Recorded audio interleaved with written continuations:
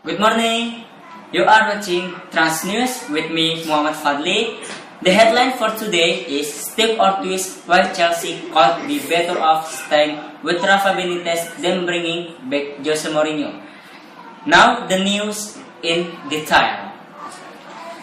The second coming is drawing near. The special one has even been spotted in Ecuador, Madrid, being boxes and masking tape ready for moving day.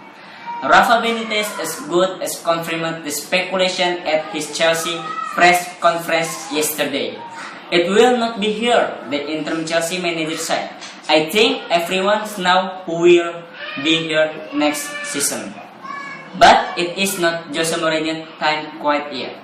Tonight, Chelsea face the biggest game of their season against Spurs at Stamford Bridge in a match that could be secured a shot at the Champions League next season.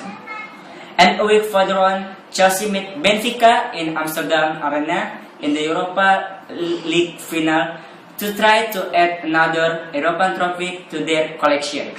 Much of the credit for that is done to Benitez. Some of views I know, but credit has been withheld from him for much of his time in charge at the club. He has been both jeered and ridiculed by fans who raised him for the deeds of a previous job. Certainly, it would be an exaggeration to say that Benitez has earned the grudging respect of those who mocked him. Most Blue supporters are still as keen to see the back of him as they were when he took over. But he has got harder and harder to present what he has achieved on the pitch. He has managed Chelsea daunting fixture list with great aplomb, juggling his players to try to keep them fresh. He has helped transform David Luiz from a model of inconsistency into one of the most exciting, effective players in the Premier League. He has overseen the continued development of Juan Mata, Eden Hazard, and Oscar. He has allowed the evergreen qualities of the phenomenal Frank Lampard to continue to flourish. The question that few Chelsea fans want to enter it is, wouldn't it be better if Benitez was staying? Having been in charge for 6 months now that the players are used him and his methods, wouldn't it better if he was there next season too? Wouldn't the club have a better chance of regaining the Premier League title or making another run at the Champions League with Benitez in charge? His record in Europa isn't too shabby after all. The fact that he has led Chelsea to next week's final in Amsterdam is a timely reminder of that. Then there is the other half of the equation, the special half, the tantalizing prospect of another injection of Mourinho charisma. Mourinho blew everyone away the first time around at Stamford Bridge. Players, media, rivals, everyone. But things aren't quite the same now as they were then. Times have changed. Chelsea can't bully the rest with their spending anymore. There is a new behemoth in town called Manchester City. Manchester United have recovered their strength too and are likely to be even more formidable next season. And how will Chelsea be affected by Mourinho arrival? Will the quick, solid progress made by Benitez be a frightened way? There are suggestions from some who have spoken to Mourinho that it is not a fan of Mata, how many see as the greatest young talents at the club. Whether that is true or not, it is like Mourinho will want to make change in style and move away from the formula that has started to make Chelsea poor. He will bring plenty of benefits too. Of course, he is still regarded by many as the world's top coach. He will inspire players. He will take some of them to new heights. He will prepare them meticulously. His friends will attract stars to Stamford Bridge who might not have chosen to sing otherwise. As always, he will be box office. the story only ever a blockbuster when Mourinho in town, but this is a sequel, and the original will be hard to live up to. For Chelsea's sake, let's hope there never comes a time where they wonder how things might have turned off if Benitez had stayed. The next headline is Chelsea 2, Tottenham 2. Arsenal, the winners, as their Champions League qualification rivals draw. The latest result might not be good enough. For Spurs, the win needed to remind master of their own destiny. A first triumph on Chelsea soil signs 1990 proved elusive once again.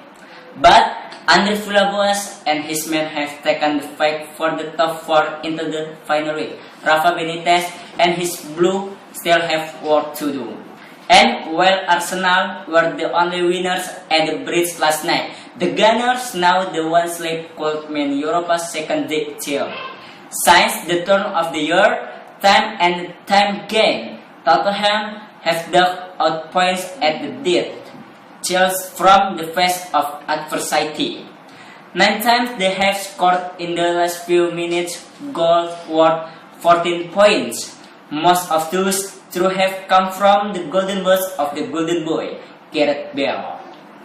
Yet on a night when the Welsh wonder had escaped by the new star in the Chelsea firmament, Eden Hazard, Villas found another salvation.